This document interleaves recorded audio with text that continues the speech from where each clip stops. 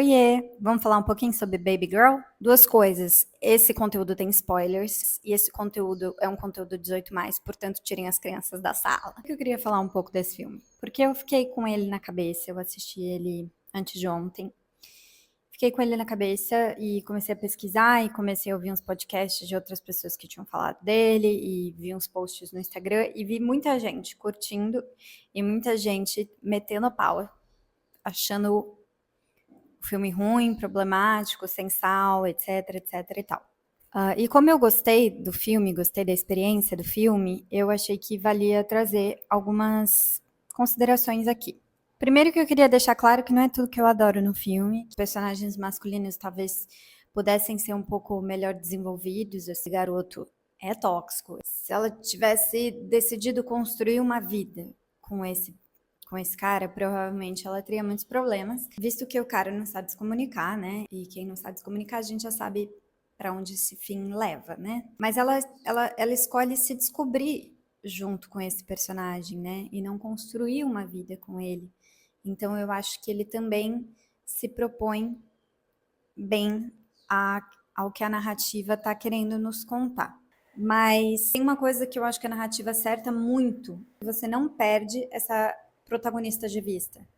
Você não perde o desejo dela de vista. Eu não vejo um filme sobre performance, eu vejo um filme sobre desejo. Eu acho isso interessante. Acho que o filme tem questões éticas também, né? Que também não vai ser um lugar onde eu vou entrar aqui. Mas eu me surpreendi, assim. Eu achei um filme importante, achei um filme sensível e achei um filme que fala sobre muitas complexidades humanas, fala sobre desejo, medo, culpa, liberdade, possibilidade, muitas coisas. Mas assim, vou falar especificamente do campo erótico e das escolhas de direção para falar de sexualidade, porque é um assunto que me interessa muito.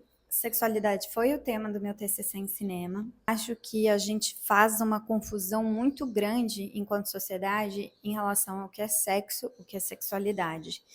Porque o sexo, ele é uma das dimensões da sexualidade, né? A sexualidade é a forma como a gente experiencia a vida, como a gente sente prazer, como a gente tá aberto a tocar e ser tocado, e aí quando eu digo tocar e ser tocado, não só com as mãos, mas assim, as experiências da vida, né? Como as coisas nos atravessam. Também acho que um grandíssimo problema, assim, que a gente teve, tanto homens quanto mulheres, na construção da sexualidade, foi o cinema e a pornografia.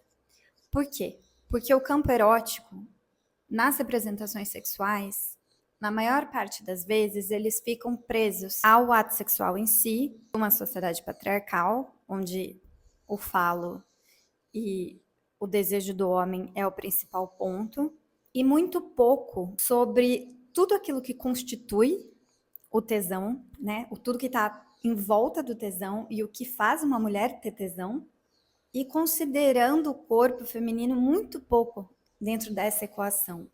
E aí tem uma coisa que eu achei super legal desse filme, que é um filme que fala sobre submissão, né? O jogo de poder e submissão.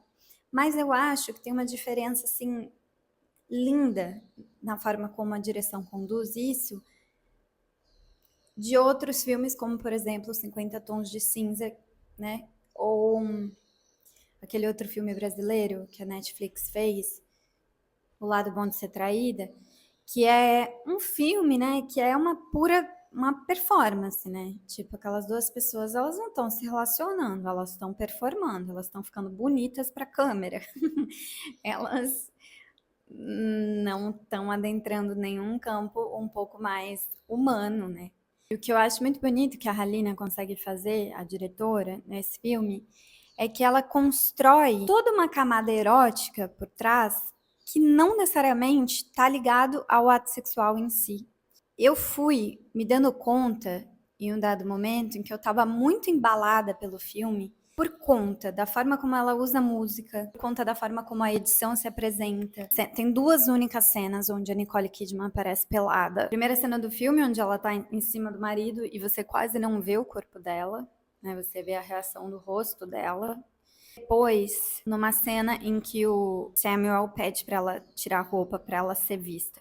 E ainda assim, esse corpo ele é protegido, né? Ela se tampa, coloca a mão na frente dos seios, coloca a mão na frente da parte íntima. Eu acho que poderia ser um filme que soasse completamente machista, principalmente porque a questão que ela traz aqui para a discussão é uma questão sobre dominação, né? É uma questão sobre submissão, sobre jogo de poder, onde essa personagem que tem muito poder na vida, na cama, ela gosta de ser submissa. Mas eu acho que ela conduz com tanta delicadeza, a direção conduz com tanta delicadeza, que para mim passa longe disso. O sexo ideal na nossa sociedade, ele é muito construído de uma maneira fixa, né? Porque a pornografia delimita, a publicidade delimita, as revistas masculinas e femininas delimitam. E, além de tudo isso, as mulheres elas são ensinadas a alimentar o outro, né? Cumprir com o desejo do outro e não com o próprio desejo. E qualquer coisa que venha no lugar da gente pedir para se autoalimentar, simbolicamente ou não, é considerado errôneo e inoportuno. Só que se autoalimentar tem tudo a ver com o direito de escolha.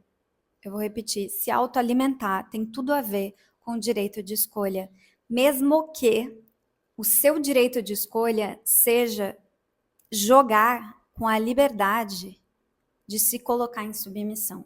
Veja bem, eu não estou falando de ser obrigada a estar em submissão. Eu estou falando de ter o direito de querer e desejar estar num lugar de submissão, que é o caso dessa protagonista, que faz toda a diferença, que tem toda a diferença do ser obrigada a estar num lugar de submissão. Eu ouvi um podcast de uma comunicadora falando que, mas como é que ela pode, trazendo os conceitos da Simone de Beauvoir e falando, mas como é que ela pode ter tanta consciência de que esse desejo é um desejo dela? Não tem como, gente. Acho eu que não tem como. Acho que todos os nossos desejos e todas as nossas ações no mundo, elas perpassam a nossa experiência de vida dentro de uma sociedade patriarcal. Eu não sei se tem como a gente separar uma coisa da outra. Mas tem como a gente abraçar as nossas contradições e ser abraçado pelo outro pelas nossas contradições. E isso que é o bonito. Essa personagem tem a figura de um marido que, à primeira vista no filme, ele aparece como alguém muito amoroso e gentil, né? Porque a primeira cena é ele transando com ela finge que goza, ele goza, ele abraça ela, toca ela, fala te amo, te amo, te amo. Assim, um homem fofo, um homem aparentemente fofo, né? E aí logo em seguida você vem e tem uma cena onde ela precisa sair dali para conseguir terminar de gozar sozinha. E ao longo desse filme, você vai vendo, ela tenta comunicar para esse homem esse desejo, essa dificuldade, essa culpa, tudo isso que ela sente, e ele não dá espaço para que isso seja comunicado. E não só não dá espaço, quando ela efetivamente consegue dizer para ele, olha, eu tenho essa questão, eu tenho esse desejo, eu não quero mais me sentir inadequada por isso, eu quero que esse desejo seja abraçado aqui dentro. Ele diz para ela que aquilo tudo não importa, que é uma porcaria aquilo tudo. Então, assim, no fundo, eles estão casados há 19 anos e você vê que é um cara que não está escutando o que aquela mulher está tentando falar. E ela tenta falar algumas vezes durante o filme. Tô falando que o jeitinho dela de ir lá e ter um caso com outra pessoa é o jeitinho mais correto do mundo? Não tô falando, né? Aí é isso, tem as questões éticas do filme que não vou entrar nesse mérito, porque, enfim. E aí ela vai e acha em um outro homem este lugar de acolhimento para esse desejo dela. E é um lugar de acolhimento mútuo e um lugar de consentimento. É um lugar onde ela se sente vista, ouvida, cuidada, validada, onde ela se sente livre para jogar, porque também tem isso. Eu acho, como o erótico na nossa sociedade, ele é muito reduzido ao ato sexual em si e, principalmente, ao ato da penetração. A gente esquece que sexo, na verdade, é uma grande brincadeira. O problema é que quando a gente fica adulto, a gente para de brincar. Só que sexo é brincadeira, deveria ser uma grande brincadeira. Deveria ser um espaço onde você pode brincar de ser ou de não ser, onde você pode rir, onde você pode chorar, onde você pode se descobrir, se divertir, descobrir o outro. O que eles fazem é brincar, é se escutar, é consentir. Então, isso é uma questão. Tem uma cena do filme que eu acho um pouco complicada, mas nessa mesma cena acontece uma outra coisa que eu acho muito interessante. Eles começam nesse jogo de poder, e esse jogo de poder vai deixando ela muito afim. A câmera fica no rosto dela, ela tá vestida. Não precisa expor o corpo da atriz, pela reação dela você já entende que aquilo tá mexendo muito com ela. O que eu acho problemático nessa cena é que ela diz não e ele fala, peraí. E ele continua e ela diz, não, por favor, eu não posso. E eles ainda não têm esse jogo estabelecido, né? Quais são as palavras de segurança, exatamente o que está acontecendo, isso nada está muito claro ali. E isso ao meu ver, assim, quando eu vi a cena, eu achei um pouco problemático, porque eu acho quase um lugar do tipo, ela disse não, ele tinha que ter parado, porque senão isso pode cair para um outro lugar, um lugar de violência.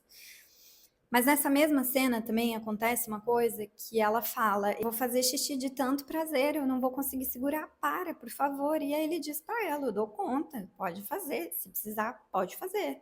Eu achei aquilo bonito, né? Porque é um lugar também de permissão, lugar dessa mulher ter tanto prazer a ponto dela perder total controle e ele dizer: se você cair, eu te seguro.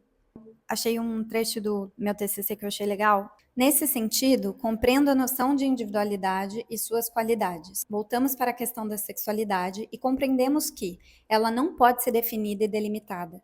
Ela é ampla e cada um a vivencia de acordo com as suas possibilidades corporais e suas relações de afeto e memória. Sendo assim, deve haver espaço para questionamentos e dúvidas, bem como também espaço para compreendê-las e aceitá-las. A revolução permanente terá que ser uma revolução da incerteza, um desabrochar contínuo do desejo e, portanto, será inevitavelmente ambígua.